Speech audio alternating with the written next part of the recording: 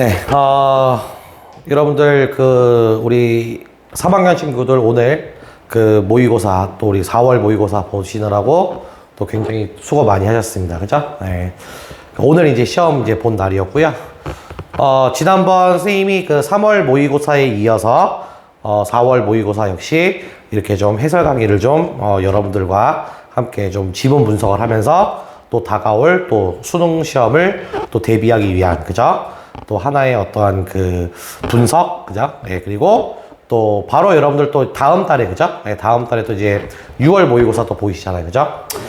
참고로 이제 다음 달에 보게 되는 이제 6월 모평은 평가원에서 주관하는 그 해에, 그러니까 올해 수능 시험에 어떻게 보면은 좀 출제 경향을 제대로 파악할 수 있는 아주 중요한 시험이죠. 그죠? 그래서 6월 모의고사 보기 전에 오늘 실시했던 4월 모의고사 한번 해설 강의 잘 들으시고요. 약점을 좀 보완하는 좀 그런 시간이 되셨으면은 좋겠습니다. 그죠? 자, 그럼 이제 먼저 이제 오늘 봤던 이제 우리 국어 모의고사를 먼저 독서부터 선생님이 좀 오늘 지문 분석을 할 건데, 그 지문 분석을 하기 전에 이제 오늘 여러분들 봤던 이제 4월 모의고사 출제 경향이 어땠는지 잠깐만 확인하고, 그 다음에 독서 지문부터 순차적으로 선생님이 한번 지문 분석 해보도록 하겠습니다. 그죠? 전체적으로 이제 원래는 이제 우리가 이번 시험을 지난달에 봤었어야 됐죠. 그죠? 4월 달에 이제 봤어야 되는데, 경기도 교육청의 어떤 사정상 5월 달, 네, 오늘 시험을 봤다라고 하는 거 좀 기억을 하시고요. 전체적으로 이제 난이도를 보면은 3월 달에 봤던 모의고사와 크게 다르진 않습니다. 그죠? 전반적으로 우리 학생들이 좀 쉽게 이번에도 좀 국어 시험 좀 잘 치렀지 않았을까라는 마찬가지로 선생님 개인적인 생각이고요. 네, 그래서 3월 모의고사랑 비교했을 때 난이도는 비슷했다. 좀 쉽게 출제되지 않았나라는 생각이고요. 그래서 선생님이 좀 전에 이제 등급 컷을 잠깐 확인을 했는데, 화법과 작문을 선택한 친구들은 1등급이 한 96점, 그죠? 96점 정도 나올 것 같고요. 그 다음에 언어 매체 선택한 친구들은 92점. 네, 이 정도로 1등급이 좀, 정해질 것 같습니다. 그죠? 그 얘기인 즉슨, 난이도가 전반적으로 요번 4월 모의고사도 어렵지 않았다는 거죠. 그죠? 그래서 이제 공통적으로 이제, 의견은 이제, 전부 다 이제 우리 공통 과목이죠. 독서하고 문화 공통 과목도 쉬웠고요. 화법과 작문, 너무 쉬웠습니다. 그죠? 예, 생각 외로 금방 풀 수 있었다라고 하는 거. 언어와 매체도요, 3월 모의고사에 비해서도 쉬웠습니다. 특히나, 선생님이 이제, 언어와 매체는, 또 따로 선생님이 영상을 좀 찍어서 올릴 건데, 언어학제제부터 해서 3월 모의고사보다도 훨씬 좀 난이도가 좀 낮게 출제된 좀 경향을 보였다라고 하는 거 좀 기억을 하시고요. 그래서 이제 출제 경향을 좀 보면, 어쨌든 경우에, 3월 모의고사랑 비교했을 때 난이도 수준에서는 크게 다르지 않았다. 좀 쉬웠다라고 하는 거 다시 한번 선생님이 말씀드리면서, 독서 지문부터 잠깐만 보면, 늘상 우리가, 모의고사 여러분들 아마 또, 기출문제라든가 이런 식으로 여러분들 연습 많이 하고 계실 텐데, 독서 지문은 앞에, 독서 이론 있잖아요. 독서 이론은, 격치를 통한 율곡의 어떠한 독서 방법론. 요건 간단한 독서 이론 세 문제였으니까, 그거 출제가 됐고, 그 다음으로 사회지문 나왔죠. 예, 바로 사회지문이 나왔는데, 보통적으로, 우리 독서의 첫 지문은 뭐예요? 가와 나 지문으로 구성된 지문이잖아요. 그죠? 근데 보통 가하고 나하고 이렇게 구성된 지문은 보통적으로 우리 인문 예술 지문이 출제되는데, 요번 모의고사는 사회 지문으로 이렇게 출제가 됐고요. 또 법 지문이 나왔습니다. 그죠? 예. 3월 달에는 여러분들 기억납니까? 물권. 그죠? 예, 물권법과 관련된 지문 나왔는데, 요번 모의고사는 특허와 관련된 특허법과 관련된 지문 출제됐다라고 하는 거. 그 다음에 이제 인문지문이 뒤에 나오죠. 사회지문 다음에. 이번에 인문지문은 되게 또 쉬웠어요. 이 인문지문이요. 그죠? 동양 철학이 또 오랜만에 나왔어요. 그죠? 그래서 공손용과 후기, 묵가의 어떠한 사상, 그죠? 요 두 개를 비교하는 인문학 지문 나왔고요. 철학 지문이 되겠습니다. 그죠? 철학 지문 출제가 됐다라는 거. 그 다음에 그 뒤에 이제 과학 지문 나왔습니다. 과학 지문이 또 오랜만에 나왔는데, 이른바 센서 공학이라고 하는, 어떻게 보면은 좀 기술 지문처럼 보이지만, 화학 지문이에요, 화학 지문. 그래서, 선생님이 여러분들 그 수능 특강 시간에, 올해는 화학 지문이 유력하다고, 선생님 수능 특강 그 독서 시간에도, 늘상 강조를 했어요. 그리고, 요번에, 과학 지문 나온 게 화학 지문이 나왔습니다. 그죠? 특히나 화학 지문은, 거의 수능 시험에서도 잘 출제되지 않은 그런 제재였기 때문에 오랜만에 등장을 했다는 거. 그래서 선생님이 다시 한번 얘기하면 올해 과학 지문은 화학 지문이 유력하다라고 하는 거. 다시 한번 선생님이 강조합니다. 과학 지문이 나오면 화학 지문 100% 나올 겁니다. 확신을 합니다, 선생님이. 그죠? 그래서, 산화와 환원 반응을 통한 어떠한 센서 공학의 지문, 이렇게 출제가 됐는데, 앞에 독서 이론을 뺀 나머지 세 지문의 난이도 측면에서 보면은, 이것도 역시 3월 모평이랑 비교했을 때 별로 어렵지는 않게, 여러분들이 쭉 독해를 하면서 문제를 좀 수월하게 풀 수 있지 않았나라는 생각, 이렇게 좀 가져보고요. 근데 굳이 선생님이 좀 난이도로 조금 여러분들이 좀 어렵게 느꼈을 만한 어떠한 그런 그 지문을 꼽자면, 뭐 방금 설명했던 센서 공학을 다룬 이 과학 지문이 아니었나라는 생각, 이렇게 좀 선생님이 한번 분석을 한번 해 보도록 하겠습니다. 그죠? 자, 그 다음에 이제 문학은 잠깐 보면요. 문학은 뭐 이번 4월 모의고사까지는 EBS 수능 특강 연계는 없습니다. 그죠? 연계는 없는데 작가 연계가 좀 됐어요. 그래서 일단은 고전시부터 먼저 나오네요. 그죠? 서호가랑 애경닭 12월가 요 두 개 묶어가지고 두 개 다 가사잖아요. 그죠? 당연히 뭐 선생님이 항상 또 문학 시간에 강조했던 게 뭐 수능에서 이제 고전 시간은 무조건 가사문학 아니면 연시죠. 그죠? 네, 요런 작품도 출제가 된다라고, 선생님이 또 수업 시간에도 강조했고요. 요 두 작품 이제 출제가 됐습니다. 그 다음에 이제 조금 특이사항이라고 한다면, 이번에 여러분들 그 갈래복합은 뭐가 나왔어요? 현대시하고 고전수필하고 묶었어요. 원래 이런 조합으로 잘 안 묶어 나오는데, 현대시는 뭐 여러분들 그 이육사 시인에 대해서는 뭐, 선생님이 뭐 항상, 그죠? 일제강점기 그 저항시 하면서 강조했던, 그죠? 우리 이육사 시인. 그 다음에, 최승호 시인의 발효. 그 다음에 고전수필은, 몰인설이라고 하는 요 수필인데, 내용 별로 어렵지 않았어요. 읽으시면 주제 바로 파악할 정도의, 요렇게 갈래복합 두 개 묶어서 나왔고요. 그 다음에 이제 고전소설 나왔는데, 뭐, 당연히 이제 그 EBS 연계가 아니다 보니, 현수문전. 근데 전형적인 영웅, 군단 소설이었다는 거. 그죠? 예, 영웅 소설이었다는 거. 보시면. 근데 이것도 여러분들 뭐 별로 이렇게 막상 그 내용을 좀 읽다 보면, 줄거리를 쭉 파악하다 보면 별로 어렵지 않은 고전소설이었다는 거 확인하실 수 있게 되겠습니다. 그죠? 그 다음에 이제 마지막 나온 게 이제 여러분들 현대소설이죠. 현대소설은 우리 김정한 소설가가 오랜만에 나왔습니다. 근데 이 김정한 소설가는 우리 그 수능 특강에는 사하촌 있죠. 그죠? 사하촌이 실려 있는데, 그냥 작가 연계로 해서 평지라고 하는, 그죠? 소설이 또 출제가 됐다라고 하는 거.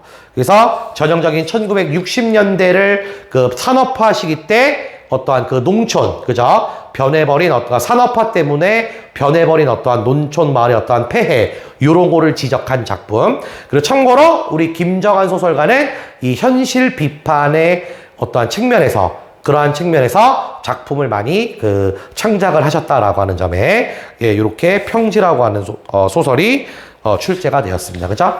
그래서 뭐 독서든 문학이든, 이번에 어쨌든 뭐 난이도적인 측면에서 조금 쉽게 출제되지 않았나라는 거 다시 한번 여러분께 말씀을 드리고요. 자, 그러면은 총평은 한 요 정도로 좀 하고, 그 다음에 여러분들 첫 번째로 이제 독서 있죠. 그죠? 앞에 나오는 독서 지문부터 선생님하고 한번 분석해 보도록 하겠습니다. 그죠? 예. 그래서 이제 그 앞에 여러분들 뭐 1번부터 3번까지에 해당하는 건 우리 독서 이론이잖아요. 아까 얘기했지만 그 조선시대 때 대표적인 유학자였던 율곡이 선생의 독서론. 그러니까 이 선생은 이제 그 독서는 그 어떤 독서를 지향했냐. 이른바 실천하는 독서를 강조했다고 나와 있잖아요. 그죠? 그러면서 그 율곡이 선생이 제시했던 독서법 4개 있죠. 첫 번째 유형은 뭐래요? 그 잠깐 지문 한번 보시면요. 맨 앞페이지, 그죠? 첫 번째 유형은 그저 책만 읽는 병통이다. 두 번째는 마음만 앞서는 병통이다. 세 번째는 책과 자신이 유리된 병통이다. 그죠? 뭐 요렇게. 마지막 유형은 이제 그 책에 대한 선입관으로 발생되는 병통. 그래서 4가지 어떠한 병통을 제시하고 여기에 따른 어떠한 독서 방법을 물어보는, 그죠? 예, 물어보는 그런 문제가 출제가 되었다라고 하는 거.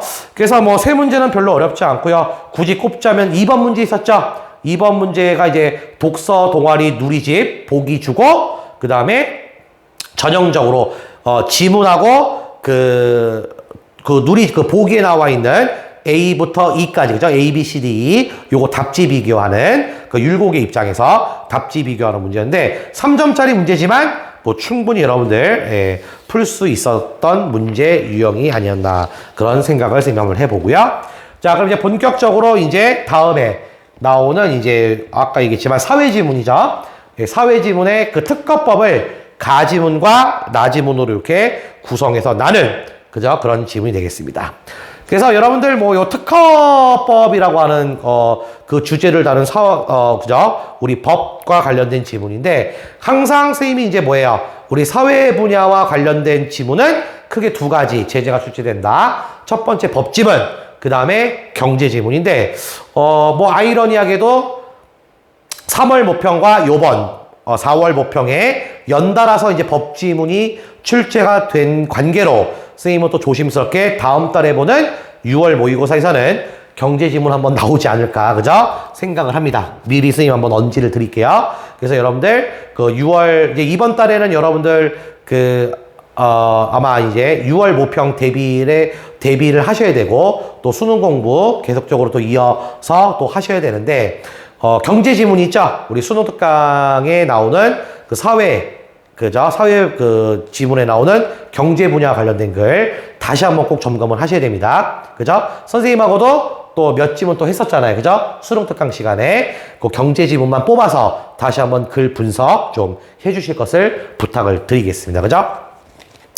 자, 그러면 여러분들 이 특허법과 관련된 지문을 이해하기 위해서는 일단 특허라고 하는 개념, 그리고 특허법이 어떻게 이제 실용화가 되는지, 그죠? 실용적인 측면에서 어떠한 역할을 하고 있는지, 뭐, 요런 것들을 여러분들이 잘 확인해 보시면 되겠습니다. 그죠? 자, 그래서 보통 이제 첫 번째 문단은 개념을 주로 많이 정의한다 그랬잖아요. 바로 나오잖아요. 그죠? 바로 이제 여기 특허제도의 개념 나오죠. 특허제도라고 하는 건, 이런 거구나. 발명을 보호 장려함으로써 국가 산업을 발전시키기, 도모하기 위한 제도다. 그죠? 특허. 그죠? 그러니까 이제 특허라고 하는 건 내가 어떠한 물품이라든가 이런 것들을 내가 새롭게 만들어내는 거죠. 근데 이건 내 거잖아요. 그래서 내 거라고 하는 것을 보장받기 위해서 만든 제도가 이제 특허제도다. 이렇게 여러분들 보시면 되겠고요. 그래서 이거는 일정 기간 해당 발명에 대한 독점적 권리를 가질 수 있도록 보장하는 특허권을, 그죠? 특허권이라고 나오죠. 특허권을 특허 출원인에게 부여하게 되는 거죠. 당사자가 되는 거죠. 그죠? 뭔가 발명을 한, 어떠한 제품을, 뭐 물품을 발명한 그 사람한테 이제, 그죠? 독점적 권리를 준다. 뭐 이런 개념이 되는 것 같아요. 그죠?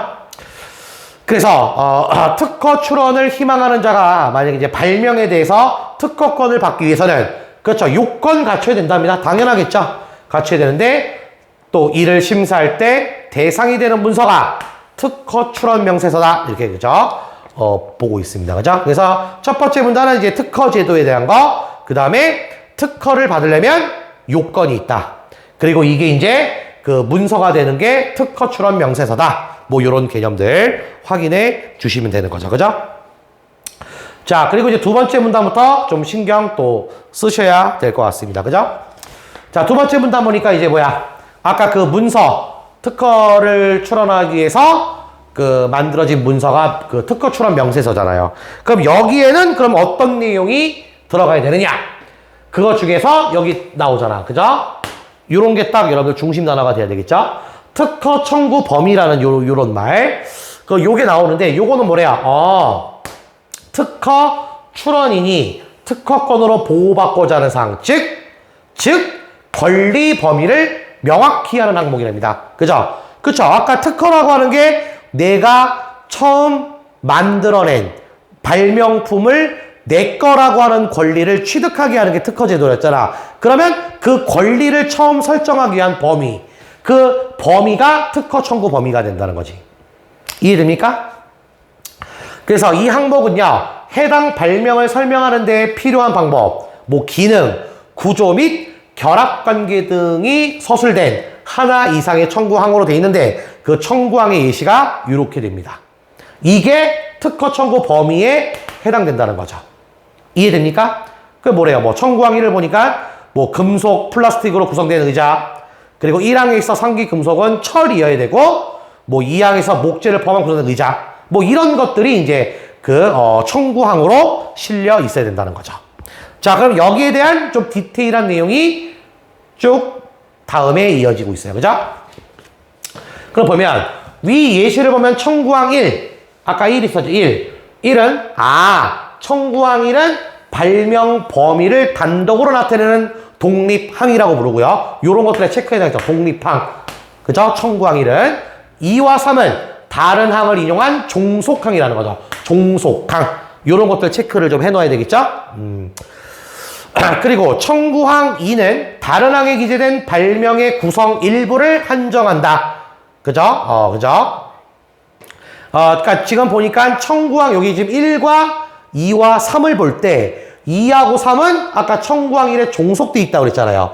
그러면 청구항 1이 가장 기본 베이스 항이 돼야 되겠죠. 그 다음에 나머지 두 항이 요 앞에 청구 1에 속해야 되기 때문에, 그래서 청구항 3은 다른 항에 기재된 발명의 새로운 특징을 추가한다. 그래서 말하는 새로운 특징이 뭐야?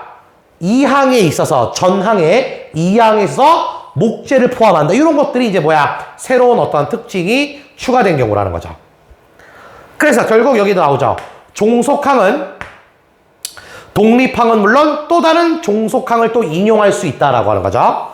그리고 여러 가지 기술적 특징과 한정사항 등의 구성 요소를 제시하기 때문에 독립항보다는 뭐야? 좁은 보호 범위를 갖는다는 거죠. 그죠. 아무래도 종속이라고 하는 그 범위 자체가 독립항보다는 조금 범위가 좀 작잖아요. 그죠? 그죠? 네, 그렇기 때문에 종속항은 독립항보다 좁다. 좁은 의미를 나타낸다. 이렇게 이해하시면 되는 거죠. 됐습니까? 자, 그래서 이제 그 청구항, 그죠? 두 번째 문단은 그 특허 청구 범위에서 그 청구항의 어떠한 그 정확한 개념 같은 것들을 확인했고요. 그래서 세 번째 문단 바로 가니까 또 뭐래요? 이번 또 특허 청구 범위는 또 뭐래요? 특허 심사를 위한 발명을 널리 알려진 또 뭐야? 선행 발명과 비교해 특허 성립 요건인, 또 이런 또 개념 비교하는 거 나왔죠. 선생님이 항상 수업 시간에 강조하는 개념 비교 나왔어요. 뭐야? 신규성과 진보성을 판단하는 기준이 된다는 거죠. 특허 청구 범위는 이 두 성질을 판단하는 기준이 된다는 거죠. 그 여기에 대한 게 나오죠. 뭐예요? 이 요건들을 특허 청구 범위에 기재된 발명의 내용과 선행 발명을 비교해 심사할 때 여기 나옵니다. 이제 다시 신규성은 찾았어요. 여기 신규성은 선행 발명과의 동일성 여부를 판단하는 게 신규성이고요. 진보성은 선행 발명으로부터 용이하게 좀 수월하게 발명할 수 있는지 여부를 판단하는 게 진보성이라는 거죠. 개념 꼭 잡아야 되겠죠. 여기 중요하네. 맞아? 네, 그래서 특허 청구 범위의 성격 두 개가 나오는 거죠. 신규성과 진보성의 개념. 명확하게 여기서 개념 잡고 다음 문단 가셔야 되겠죠. 그래서 이제 정리하면 신규성은 앞에 그죠? 널리 알려졌던 선행 발명과 비교했을 때 똑같냐? 다르냐?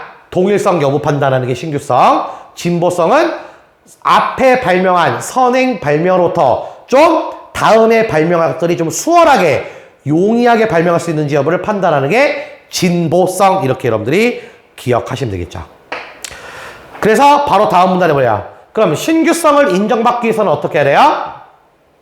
발명의 구성 요소가 선행 발명의 구성 요소에 포함되어 완전히 일치되느냐? 그러니까 내가 지금 발명을 하는 이 발명품 제품에 대해서 내가 지금 하고 있는 이 발명품의 구성 요소가 앞에 발명했던 선행 발명의 구성 요소에 포함돼 완전히 똑같냐? 그죠? 그게 이제 물리적인 동일성뿐만 아니라 또 뭐래요? 발명 효과 면에서 선행 발명과 유사함을 의미하는 실질적 동일성도 부정돼야 된다는 거죠. 요거 주의하셔야 되죠. 부정돼야 된다는 거죠. 말 그대로 똑같으면 된다는 거 안 된다? 안 된다는 거죠. 그렇죠. 아니 내가 발명한 발명품이 지금 발명해낸 발명품이 유사한 게 앞에 있어요. 발명품이. 그건 뭐예요? 그럼 내가 그거는 내 발명품으로서 인정받을 수가 없는 거죠. 왜? 앞에 이미 그 발명품이 나왔기 때문에 그러면 이제 특허를 받을 수가 없다는 얘기죠. 그러니까 이런 동일성 자체가 다 부정돼야 된다는 거죠. 신규성을 인정받는 사례입니다. 이에 따라 뭐래요? 특허 청구 범위에 기재된 발명의 구성 요소가 가장 위에 상위 개념이 돼야 되고요. 선행 발명의 구성 요소가 하위 개념인 경우에 이렇게 그죠? 이런 경우에는 뭐야? 동일성이 있는 것으로 판단되어 원칙적으로 신규성이 그죠? 부정이 되어야 된답니다. 그러니까 이게 뭐냐면 그러니까 이제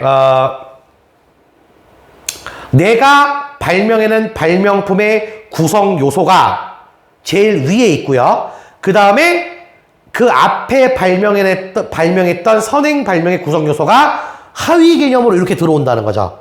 그럼 뭐야? 내 개념이 내가 발명해낸 구성 요소의 그 개념이 이미 앞선 발명품의 구성 요소에 구성 요소에 포함이 된다는 거잖아. 그러면 그건 발명품으로서 인정할 수가 없으니 신규성이 부정된다. 이렇게 이해하시면 되는 거죠. 겹치면 안 된다는 거죠. 선행 발명품의 구성 요소와 내가 발명해낸 발명품의 구성 요소가 일치되면 안 된다는 거죠. 달라야 된다는 거죠. 무슨 말인지 알겠죠? 그게 신규성을 인정받기 위한 어떠한 그런 내용이 되겠고요.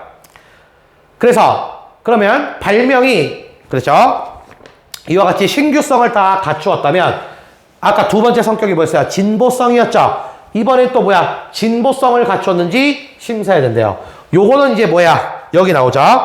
해당 분야에 종사하는 사람이 통상적으로 아는 지식 수준에서 선행 발명을 토대로 해당 발명을 쉽게 예측할 수 있거나 따라할 수 있다고 판단되면 진보성을 갖춘 것으로 인정하지 않는다는 거죠. 그죠?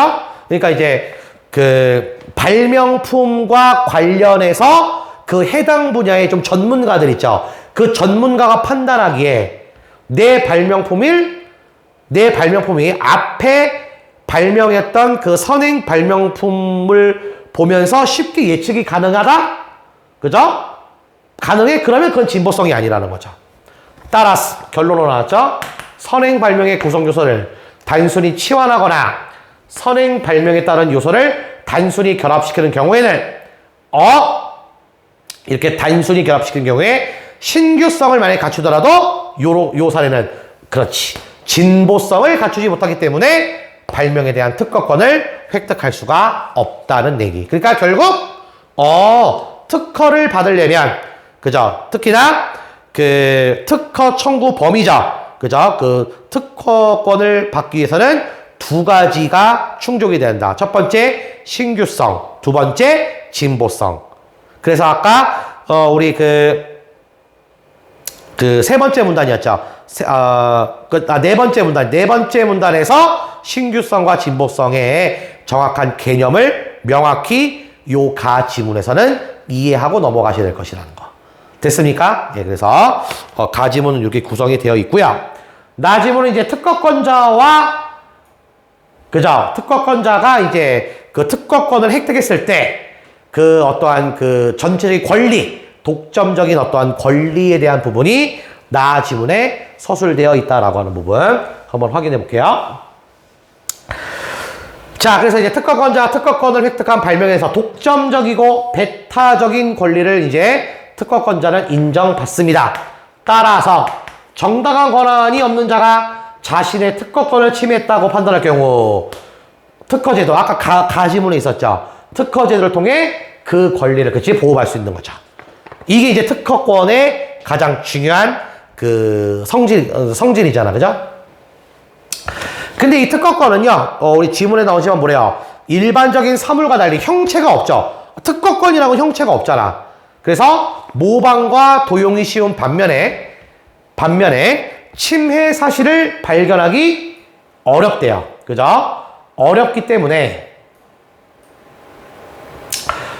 여기 보면 이제 특허제도에서는 직접 침해뿐만 아니라 앞으로 직접 침해가 또 예상되는 내 발명품에 대해서 침해가 예상되는 행위 역시 그렇죠. 결국 직접 침해와 간접 침해로 이렇게 규정해 특허권 전부 이걸 침해로 이렇게 보고 있다는 거죠. 특허제도에서는. 그죠? 네, 그죠? 그러니까 내가 만든 발명품에 대해서 침해를 받으면 안 된다는 거잖아. 그죠? 그러니까 또 두 가지 개념 또 나왔네. 그죠? 직접 침해, 간접 개념 비교하는 거. 또 나오죠. 직접 침해란 뭐야? 직접 침해란. 네. 특허 발명의 권리 범위에 속하는 발명을 특허권자의 허가 없이, 그죠? 원래 그 발명을 했다. 그래서 그 특허를 가지고 있는 특허권자의 허가 없이 상업적으로 실시하는 거죠. 여기서 말하는 실시는 지문 밑에 나옵니다. 물건을 생산하거나 판매하거나 사용한다. 그렇게 실시하는 거. 특허권자의 뭐 없이? 포인트는 여기 되겠죠? 특허권자의 허가 없이 사용하는 거. 그래서 기존 특허 발명을 침해했는지 판단을 받는 여기 나오죠. 확인 대상 발명이. 그죠? 이런 개념이 특허권을 침해했는지 증명하기 위해서는 먼저 여기 중요하네. 먼저 기존 특허 발명의 특허 청구 범위를 확인해야 된다. 특허 청구 범위, 권리 범위 확인하고요. 해석해서 특허권자의 권리 범위를 확정해야 한다는 거죠. 요 작업이 먼저 이루어져야 되는데 이렇게 특허권자의 권리 범위를 해석할 때 적용되는 원칙으로는 또 나오네. 또 비교하네. 또 비교해. 구성 요소 완비의 원칙과 균등론의 원칙. 직접 침해를 당했을 때 이거를 침해가 됐는지 안 됐는지를 판단하는 그 근거가 되는 원칙. 그죠? 이론이 또 뭐래? 요 원칙과 요 원칙이라는 거죠. 계속 비교하고 있네요. 그러면 다음 문단에 무슨 원칙부터 나와야 돼요? 방금 했잖아. 구성요소 완비 원칙부터 나와야 되겠죠. 이건 뭐래요? 여기가 좀 중요한 지금 읽게 되는 요 문단이 좀 중요하게 되겠네. 갈게요. 구성요소 완비의 원칙은 뭐래 여기? 확인 대상 발명이 기존 특허 발명의 특허 청구 범위에 기재된 구성요소 전부를 실시하는 경우에만 특허권자의 권리 범위에 속한다는 원칙이래요. 조금 말이 어렵잖아. 그죠? 이럴 때는 뭐 보라 했어요? 예시. 여기서 이해하라 했죠? 그죠? 그러니까 요 원칙의 개념이 눈에 잘 안 들어와. 좀 어려워. 그러면 이거 보고 이해하셔야 된다. 봐봐. 그러니까 이게 지금 구성요소 완비 원칙이라는 봐봐. 예를 들어서 기존 특허 발명의 특허 청구 범위에 기재된 구성요소가 만약에 X 플러스 Y라고 한다는 거야. 이 청구 범위가 이렇게 되면 앞에 확인 대상 발명에서 X나 Y만을 실시하거나 아니면 X 플러스 Y가 아닌 Y 다시라고 돼 있죠, 여기. Y 다시를 실시했다면 침해가 아닌 거죠. 왜? 특허 청구 범위에서 발명 구성 요소는 X 플러스 Y인데 각각의 X만 따로 Y만 따로 했다던가 또는 X 플러스 Y인데 다른 Y가 아닌 Y 다시를 실시하면 이거는 침해가 아니잖아요. 얘가 아니니까 x 플러스 y가 아니니까 그래서 침해로 인정되지 않는데 기존대로 x 플러스 y를 실시하거나 아니면 x 플러스 y에 새로운 z 이게 들어간다 하더라도 침해로 인정. 왜? 이미 x 플러스 y가 들어갔잖아. 침해된 거죠 이건요. 왜? 요거니까 그죠? 그런데 뭔 얘기하려고 그래?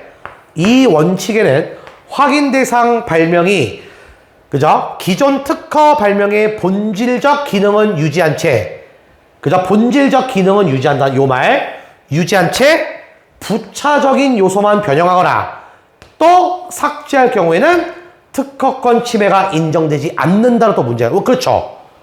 그럼 이거 무슨 말이야? 부차적인 요소만 변형한 건 요거잖아. 원래 x 플러스 y인데 z 뭐 요런 것들. 그 다음에 삭제할 경우는 또 인정되지 않는다는 거죠.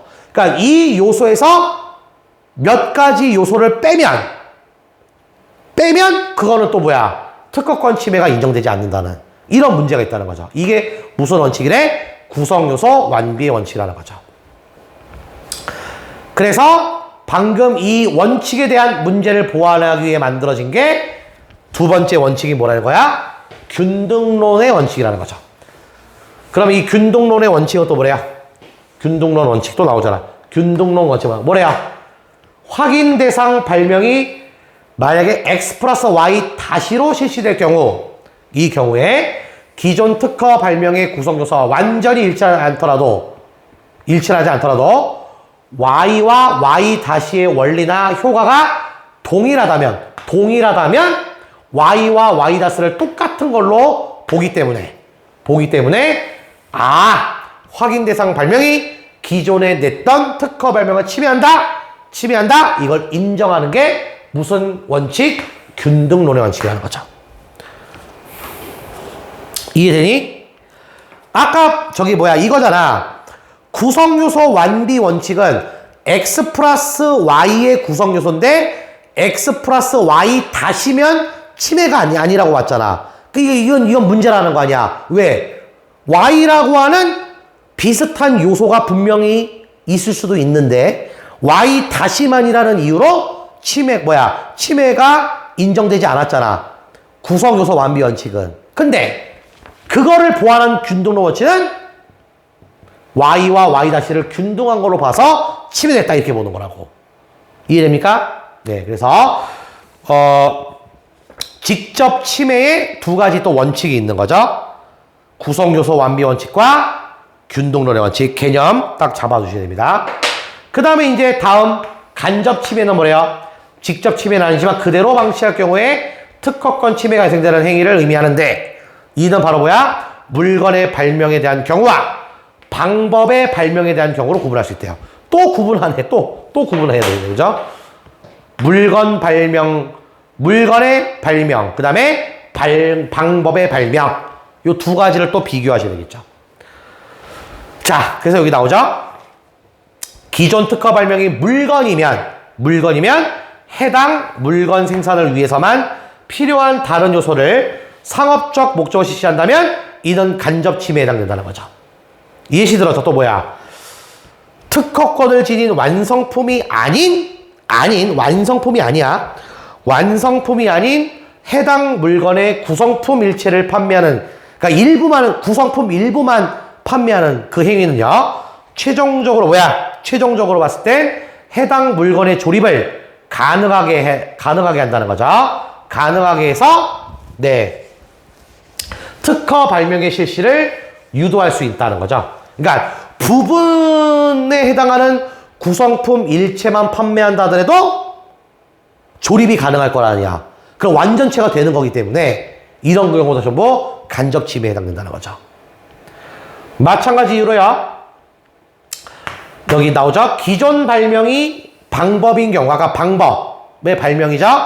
그럼 이 경우는 뭐래요? 그 방법을 실시하는 데만 사용하는 물건을 상업적으로 실시하는 행위는 또 이것도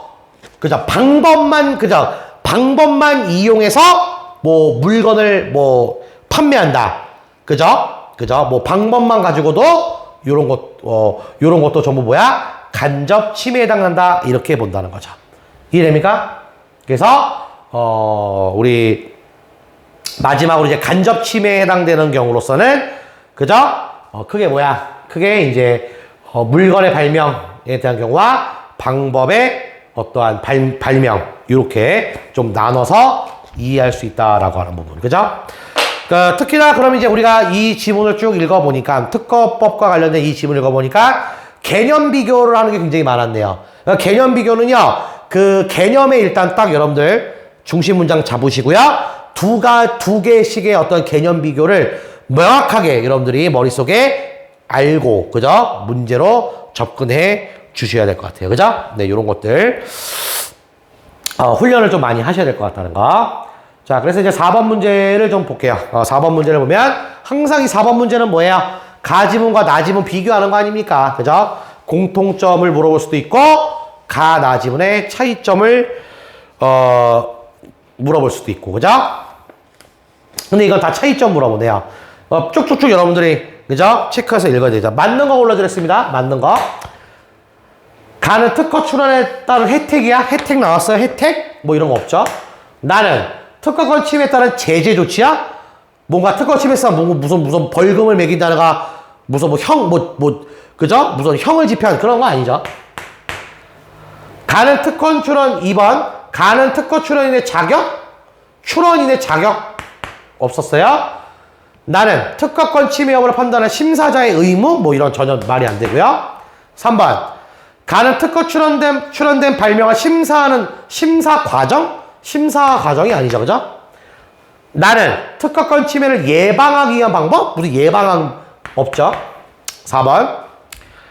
가는 특허 출원 과정에서 나타나는 문제점. 과정에서 나타나는 문제점? 문제점이라고는 또 없잖아요. 그죠? 문제점도 없고요. 나는 특허권 침해 관련된 원칙의 한계? 답지 구성이 뭐 좀 심플하다. 그죠? 어렵지 않네요. 답지 구성해 놓은 게. 그죠? 5번 답이라는 거죠. 가는 특허 출원 시 특허권 인정받기 위한 요건 두 가지. 요건 두 가지. 신규성과 진보성. 나는 그렇지요. 특허권을 침해당했을 때 적용하는 원칙. 원칙. 구성요소 완비 원칙. 그 다음에 균등론의 원칙. 5번이 정답이 됨을 확인할 수 있었다. 그죠? 사실 4번 문제는 금방 푸셔야 됩니다. 예? 4번 문제는 정말 여러분들 금방 푸셔야 됩니다. 5번 바로 갈게요. 자, 5번에는 이제 뭐니? 가나를, 이제 특허제도에 대한 그런 내용이었습니다. 특허제도. 적절하지 않은 거죠? 답지 보면서 우리 지문에 나와 있던 거, 중심 문장 잡은 거 연결하면서 답 찾아야 되겠죠? 적절하지 않은 거네. 1번 볼게요. 특허제도에서, 특허 출원 명세서는 첫 가지문에 나왔죠? 이 명세서는 포인트 딱 잡아야 되겠지? 특허권 심사 대상이 된다. 첫 번째 문단에 나왔습니까? 첫 번째 문단에 나왔잖아요. 그죠? 특허권 심사를 할 때, 문서가 되는 게 뭐랬어요? 문서가 되는 게, 특허 출원 명세서고요. 이 특허 출원 명세서 다시 한번 얘기하면, 특허권 심사 대상 된다. 그죠? 맞죠? 그죠? 첫 번째 문단에 확인이 됐고요. 자, 2번 볼게요. 자, 그죠? 특허제도는 발명을 보호한다. 장려하면 언어치 국가산업발전 기능한다. 이것도 첫 번째 문단에 있었어요. 그죠? 특허제도의 성격이죠. 맞죠? 1번도 맞고요.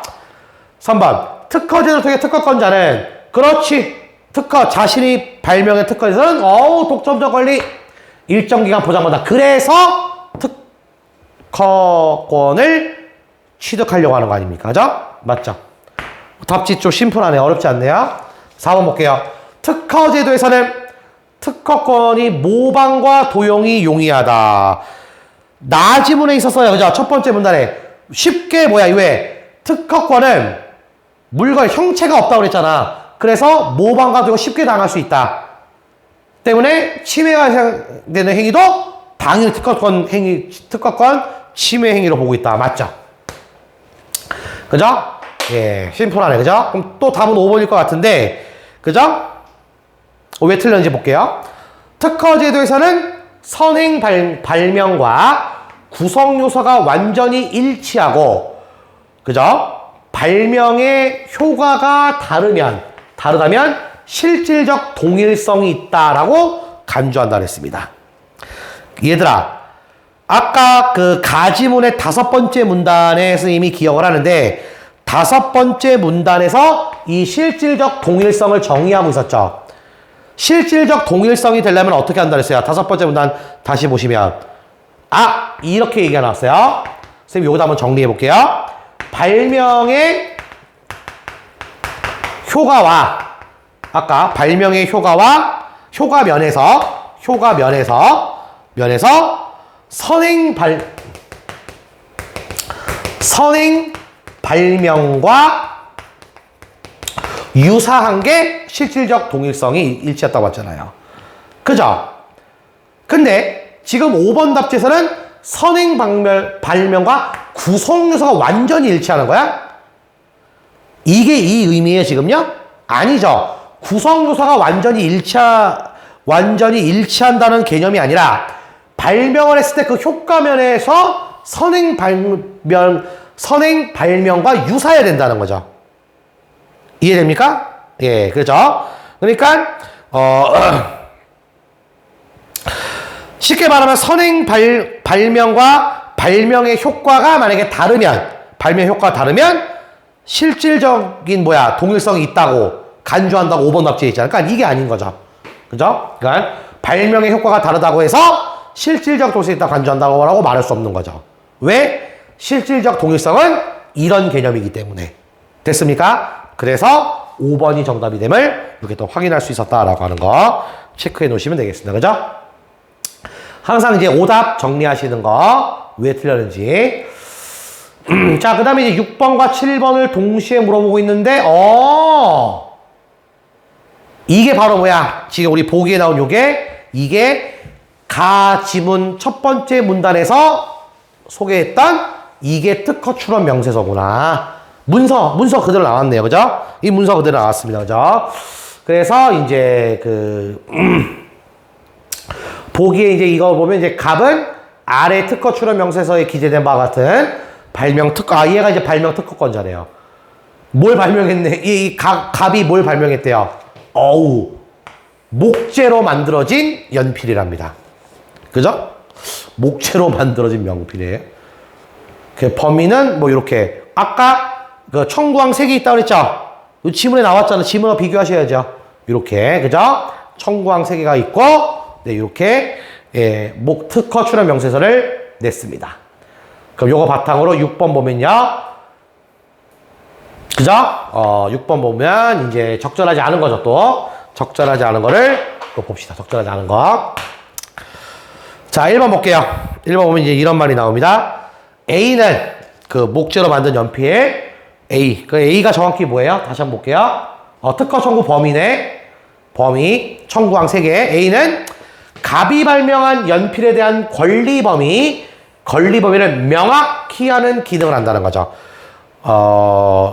아까 얘기했지만 그 특허 청구 범위의 역할이잖아, 이거. 그죠? 그 가지문 2번째 문단. 특허 청구 범위는 뭐라 되어 있니? 특허 출원인의 권리 범위를 명확히 하는 항목 되어 있죠. 명확히라는 말 나왔잖아. 그죠? 그럼 1번은 맞는 말이 되겠고요. 2번 볼게요. A는 특허 심사를 할 때 갑이 발명한 연필이 성격 나왔잖아. 이거 성격이죠. 이거 성격. 그 범위 성격이잖아. 신규성과 진보성을 그렇지. 이거 판단하는 거였잖아. 이거 2개. 기준이 되는 거 맞죠? 기준이 되는 거 맞죠? 3번 볼게요. A에서 갑이 발명한 연필에 대한 보호 범위는 청구항 1보다 3이 더 넓다고 했는데 느낌 옵니까? 아까 청구항 1이 무슨 항이라고 했어요? 청구항 1은 무슨 항? 독립항. 청구항 2, 청구항 3은 무슨 항? 종속항. 아까 분명 지문에 뭐라 했어요? 의미에 대한 범위는 독립항인 청구항 1이 더 넓어야 되겠죠. 청구항 3이 넓는 게 아니고 이건 작아야 되겠어. 좁은 의미, 넓은 의미, 독립항. 3번이 정답이 됨을 확인할 수 있는 거죠. 딱 심플하게 끝났네요. 그죠? 그래서 이제 이렇게 좀 이것도 6번도 좀 스피디하게 좀 풀어줬으면 하는 그런 문제가 됐고요. 자, 7번 바로 갈게요. 자, 7번 3점짜리 문제네. 근데 별로 어렵지 않았던 3점짜리 문제인 것 같습니다. 보기에 대한 내용만 잘 봅시다. 뭐래요? 갑이 목재로 만들어진 연필에 대해 특허권을 획득했습니다. 그리고 갑이 먼저 발명을 특허권, 그죠? 갑이 먼저 특허권 획득한 후에, 이후에 을, 병, 정이 이러한 또 발명을 했답니다. 이해됩니까? 예, 이러한 또 발명을 했답니다.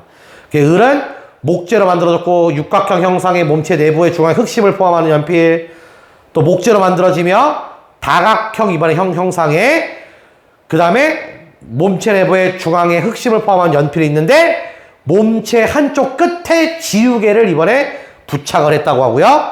정은 똑같이 목재로 만들었는데 육각형 형상의 몸체 내부에 중앙에 흑심을 포함하는 연필이 있어서 여기 또 조금 다르네, 그죠? 몸체 한쪽 끝에 지우개 부착되어 있고요. 이번엔 반대쪽에다가는 뚜껑을 또 포함을 했대요. 그러니까 결국 뭐야? 갑이 목재로 만들어진 연필을 가지고 다 변형한 것들 아니야, 이게. 추가적으로 변형한 것들이면, 우리 지문에서 여러분 느낌 옵니까? 쓰이면 느낌이 오는데. 느낌 와요? 이거였잖아. 지문에서 이거 기억해야 되겠죠? x 플러스 y인데, 요거, x 플러스 y나 y 다시를 동일하게 볼 거냐, 다르게 볼 거냐, 뭐, 이런 개념들. 아까 나왔었잖아요, 지문에. 그죠? 그게 뭐야? 구성 요소 완비의 원칙을 물어보는 그런 내용이 된다는 거죠. 그랬을 때 적절하지 않은 거 또 한번 살펴보겠습니다. 그죠? 그죠? 1번 보도록 할게요. 1번 해볼게요. 그럼 을 있죠? 을은 자신의, 그래서 을이 자신 거를 특허 출원했을 때, 그죠? 갑의 발명과 비교했을 때 구성 요소의 동일성이 있어, 없어? 구성 요소의 동일성이, 이걸 어떻게 판단하면 돼요? 네? 구성 요소의 동일성은 목재. 갑이 목재로 만든 연필인데 을도 목재로 만들었다는 거죠. 이것만 가지고도 구성 요소가 겹치는 거 안 겹치는 거야? 겹치죠? 동일성이 있으므로 신규성은 당연히 인정받을 수가 없는 거죠. 이거 안 되잖아. 구성 요소 하나로 일치하면 안 되잖아. 그러니까 1번은 맞는 내용이다라고 확인할 수 있는 거죠. 됐죠? 그 다음에 2번 볼게요. 2번엔 또 을이 만약에 자신이 발명한 이거를요, 갑의 허가 없이, 그죠? 제품으로 생산했을 때 구성 요소 원비가 있다면 갑의 권리 범위에 속해, 안 속해? 구성 요소 완비의 원칙은 뭐래요? 갑의 구성 요소가 x 플러스 y라면 그 x, 목재로 만든 거는 똑같이 x라고 보는 거죠. 목재로 만든 거는 똑같이 x인데 y와 y 다시 차이인 거 아니야. 왜? 갑이 만들었던 거는 그냥 y죠. x 플러스에 그냥 y죠, y. 근데 y의 을이 변형시켜서 y 다시라고 만든 거 아닙니까? 그러면 구성요소 완비 원칙에는 x 플러스 y와 x 플러스 y 다시를 침해했다, 침해하지 않았다라고 볼 때 어떻게 한다 그랬어요? 네? 어떻게 본다 그랬어요? 갑의 권리 범위에 속하지 않으니까 침해라고 할 수가 없다라고 말할 수가 있는 거죠. 그죠? 왜? 나지문 세 번째 문제 나왔잖아요. 구성요소 완비형식은 뭐야? 권리 범위에 속한다고 그랬잖아. 권리 범위에 속하지 않음으로. 근데 갑의 권리 범위에 속하지 않잖아요. 그러니까 침해라고 할 수 없는 거죠. 그죠? 이것과 이거 다시 한번 설명할게요. 요것과 요거는 다른 개념으로 보기 때문에 침해라고 할 수 없다. 맞는 내용이 되는 거죠. 이렇게 이해하셔야 되고요. 3번 볼게요. 이번엔 병이 자신의 발명을 특허 출원했을 때 일부 구성 요소가 갑의 발명의 해당 요소보다 상위 개념에 속하므로 신규성을 인정받을 수 있다라고 했는데, 가지문 또 보면은 이런 가지문을 해서 5번째 문화 봐봐. 특허 청구범위 기재된 때 신규성이 부정된다라고 했잖아. 그러면 보기에서 병 다시 볼게요. 야, 보기에서 병 발명 다시 봐봐. 이건 뭐야? 여러 가지 구성 요소 중에서 병 발명 중에 여러 가지 구성 요소 중에 요거 있잖아, 요거. 다각형 형상의 몸체 내부에 내부 중앙에 흑심을 포함한 연필. 요거 있죠, 요거. 그죠? 요거는 뭐야? 원래 있잖아, 원래 갑이 발명한 뭐 목재로 만들어진 연필에, 이건 무슨 개념이 될까요? 요거는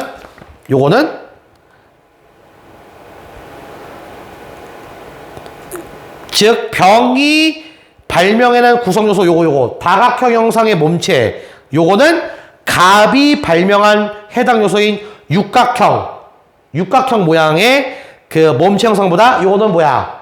위에 있는 거죠. 요거는 상위 개념으로 보시면 되겠죠. 그죠? 네.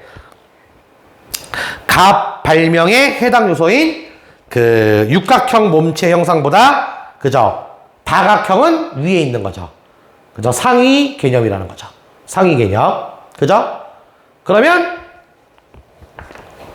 신규성을 인정받을 수 있어요? 상위 개념, 하위 개념은 신규성 인정받을 수 있다고 했어요? 없다고 했어요? 없다고 그랬잖아요. 있는 게 아니죠. 그래서 3번이 정답이 됨을 확인할 수 있는 거죠. 아까 신규성 인정받으려면 상위 개념, 하위 개념 이게 구분하면 안 된다고 그랬잖아요. 그러니까 3번이 정답이 됨을 우리 여기서 확인할 수 있고, 신규성을 인정받을 수 없다, 이렇게 보시면 되겠죠. 그죠? 그러니까 잘 따지고 보면 뭐 방금 풀었던 7번 같은 문제, 3점짜리 문제지만 뭐 그렇게 어렵지는 않았던 그런 문제 같아요. 그죠? 지문에 나와 있는 내용만 꼼꼼히 잘 따지시면 되겠습니다. 그지? 자, 8번은 또 이제 보기인데, 뭐 사례 1과 사례 2 보기 보고 또 적절하지 않은 거 골라주라는 거죠. 뭐 소매업자 A 사례 보니까 얘는 뭐래요? 자전거의 완성품에 특허가 등록됐습니다. 그죠? 특허가 등록되어 있자 자전거 완성품만으로만 조립할 수 있도록 해당 자전거 구성품 일체를 세트로 구성해 판매했다. 요 느낌 오죠? 그 나지문 마지막 문단 때쯤 요거 있죠? 느낌이 많이 됩니다. 나지문의 5번째 문단. 사례 2는요, 일반 B가 특정 농약을 사용해 해충을 제거하는 방법에 대해 특허를 얻었고요. 이번엔 농약회사 C가 해충 제거 용도로만 사용되는 이 농약을 판매할 상품으로 생산해 냈습니다. 2가지 사례 보고 적절하지 않은 거, 그죠? 네, 골라주면 되는데, 1번 바로 볼게요. 방금 요 사례 1에서 A가 자전거의 완성품을 판매한 것은 아니므로 직접 침해는 해당되지 않는다라고 돼 있죠. 그렇죠. 직접 침해는 뭐야? 특허 발명이 전부 상업적으로 실시하는 건데 완성품을 판매한 건 아니잖아요. 그죠? 일부, 일체를 세트로 구성해서 판매한 거니까. 그러니까 이거는 직접 침해는 아니다. 맞죠? 직접 침해에 해당되지는 않네요. 그죠? 자, 2번 볼게요. 사례 1에서 A의 행위는 최종적으로 특허 발명의 실시를 유도할 수 있기 때문에 간접 침해에 해당한다. 그렇죠. 이거는 직접 침해가 아니기 때문에 이거는 간접 침해인 거죠. 왜? 부속품만 가지고 부속품을, 그죠? 이렇게 조립할 수 있도록, 그죠? 해당 자전거의 구성품 일체를 세트로 구성해서 판매한 거. 이건 부속품을 판매한 거니까, 그죠? 그럼 이거는 간접 침해에 해당되는 거. 그럼 2번은 맞는 내용이 되겠죠? 3번은 이런 얘기가 나와요. 사례 2는 요거죠. 농약. 그죠? 사례 2에서 C가 해당 농약을 생산은 하고 만약에 판매를 하지 못했다면 이거는 간접 침해에 해당되지 않는다라고 돼 있어요. 아까 간접침해 그 요건이 뭐였니? 간접침해 요건은요. 간접침해 요건이 나오잖아. 5번째 문단에. 기존 특허 발명이 방법인 경우도 물건을 상업적으로 실시하는 것에 있어서 간접침해라고 했죠. 그죠? 이해돼요? 그러면 생산을 하고 판매는 하지 못했다. 판매를 하지 못했다고 해서 이거를 간접침해로 볼 수 있느냐? 그죠? 간접침해 볼 수 있느냐? 어쨌든 생산을 하고 여기서 봐봐. C가 해충 제거 용도로만 사용되는 이 농약을 판매할 상품으로 생산했다는 이게 바로 뭐야? 상업적인 목적을 가지고 있어요? 안 가지고 있어요? 가지고 있잖아요. 어쨌든 판매를 한다는 건 여기서 보면 상업적 목적은 가지고 있는 거야? 안 가지고 있는 거야? 가지고 있는 거죠. 그럼 이것도 뭐야? 상업적 목적이 가지고 있다는 것도 우리 지문에서 간접 침해에 해당돼야 안 돼요? 간접 침해에 해당되는 거죠. 해당되지 않는다고 했으니까 3번이 정답임을 우리 여기서 확인할 수 있는 거지. 이 개념을 명확하게 이해해 주셔야 되겠습니다. 됐죠? 자, 그래서 뭐 8번 문제도 이렇게 좀 수월하게 결국 지문의 내용만 좀 잘 따졌으면 좀 수월하게 좀 풀어 주실 수 있는 문제였습니다. 다들 그죠? 자, 9번은 뭐 어휘 물어보는 문제 우리 수동시험에서 또 물어보잖아요. 기억은 이제 뭐야? 우리 지문에 보니까 아까 거기서 뭐 y와 y-를 균등한 것으로 보기 때문에 그럼 여기서 이제 본다라는 이제 의미는 뭐야? 여기서 기억. 뭐 아까 y와 y-를 균등한 걸로 본다라고 하는 이 문맥상 기억. 보다라고 하는 이 의미는 뭐예요? 뭐야? 이 기억의 의미는 같은 대상을 뭐한다? 평가한다라는 의미로서 역할하는 거죠. 이해됩니까? 그죠? 그죠? 뭐 이런 본다는 의미가. 그럼 바로 1번에 나오잖아. 그의 행동은 실수로 보고 감싸 주어야 한다. 이게 어떤 평가의 의미를 담은 어떤 보다라는 그런 어휘의 역할이었기 때문에 9번에서는 이제 바로 그죠? 1번이 정답이 됨을 이렇게 확인하시면 되겠습니다. 자, 그래서 이제 우리가 이제 사회 지문, 가와 나 지문으로 구성된 사회 지문 한번 분석을 했는데 우리가 이제 3월 모평이랑 다시 한번 좀 비교를 해볼 때 요번에 모의고사에서 여러분 좀 수월하게 좀 풀 수 있었던 그 이유 중에 하나는 1번부터 5번 답지에 나오는 답지 구성이 좀 심플했잖아요. 그죠? 그리고 지문의 내용과 좀 다이렉트로 좀 연결되는 부분도 있었고요. 그죠? 예, 그래서 아마 여러분들 요번 모의고사 그 독서 문제를 풀 때는 그렇게 크게 좀 어렵지 않았나라는 좀 생각을 선생님이 좀 계속 갖고 있어요. 그죠? 예, 이렇게 사회 지문 정리하시고요. 다음은 또 선생님이 인문 또 지문 분석할 테니까 거기서 다시 만나는 걸로 할게요.